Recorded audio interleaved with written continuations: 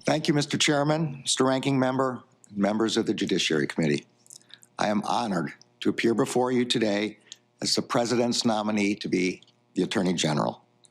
I would like first to take this opportunity to introduce you to my wife, Lynn, my daughters, Jessie and Becky, and my son-in-law, Zan. I am grateful to them and to my entire extended family that is watching today on C-SPAN every day of my life. The President nominates the Attorney General to be the lawyer, not for any individual, but for the people of the United States. July 2020 marked the 150th anniversary of the founding of the Department of Justice, making this a fitting time to remember the mission of the Attorney General and of the department.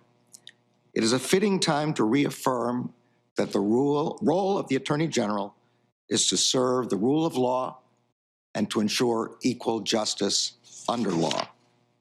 And it is a fitting time to recognize the more than 115,000 career employees of the department and its law enforcement agencies and their commitment to serve the cause of justice and protect the safety of our communities.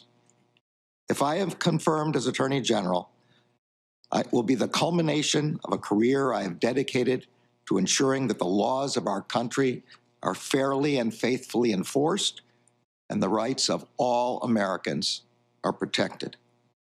Before I became a judge almost 24 years ago, a significant portion of my professional life was spent at the Justice Department.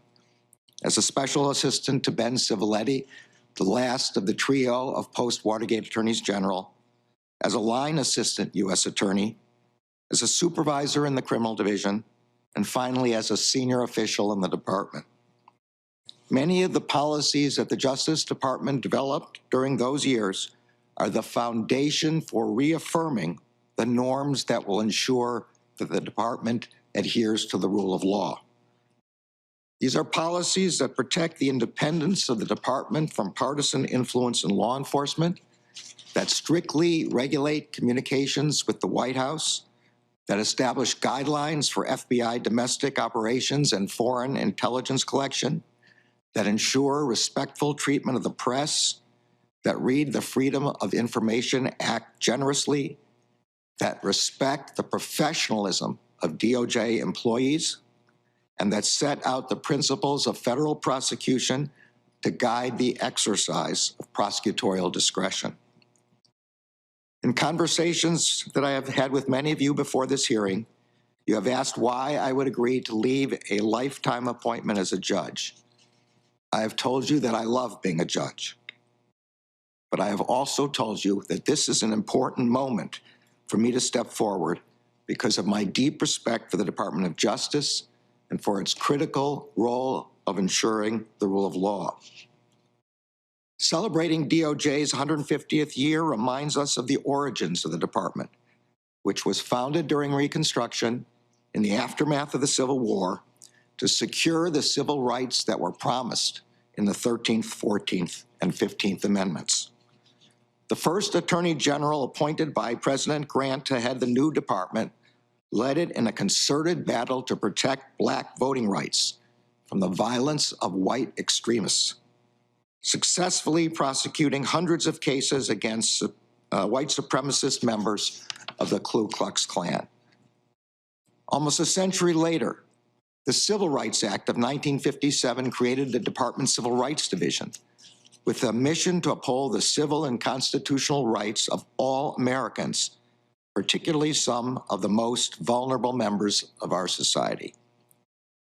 That mission on the website of the department's Civil Rights Division remains urgent because we do not yet have equal justice.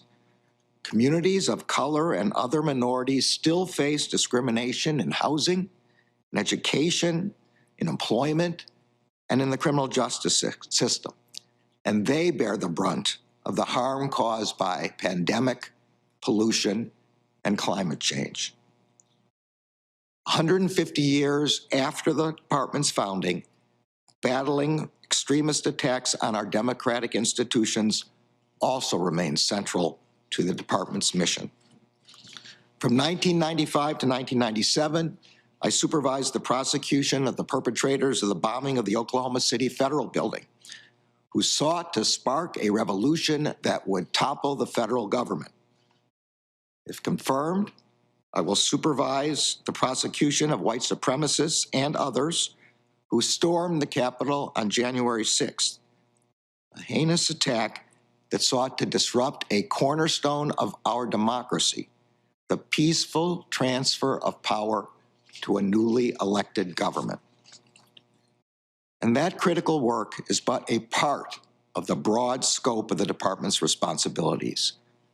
Justice Department protects Americans from environmental degradation and the abuse of market power, from fraud and corruption, from violent crime and cybercrime, and from drug trafficking and child exploitation.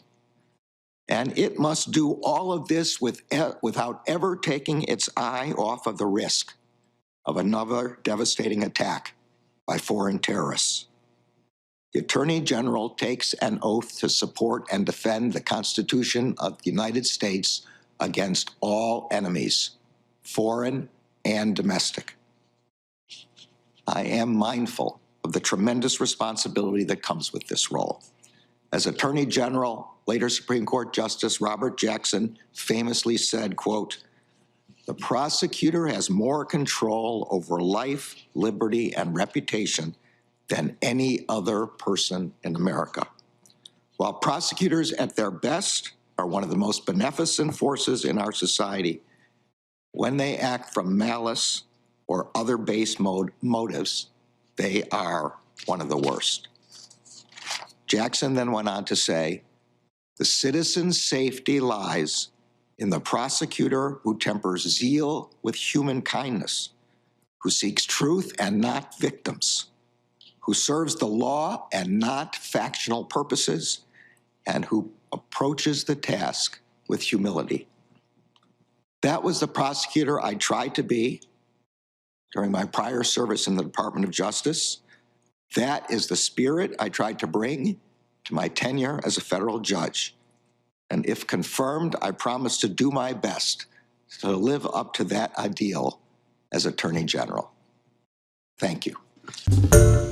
Hi, everyone. George Stephanopoulos here. Thanks for checking out the ABC News YouTube channel. If you'd like to get more videos, show highlights, and watch live event coverage, click on the right over here to subscribe to our channel. And don't forget to download the ABC News app for breaking news alerts. Thanks for watching.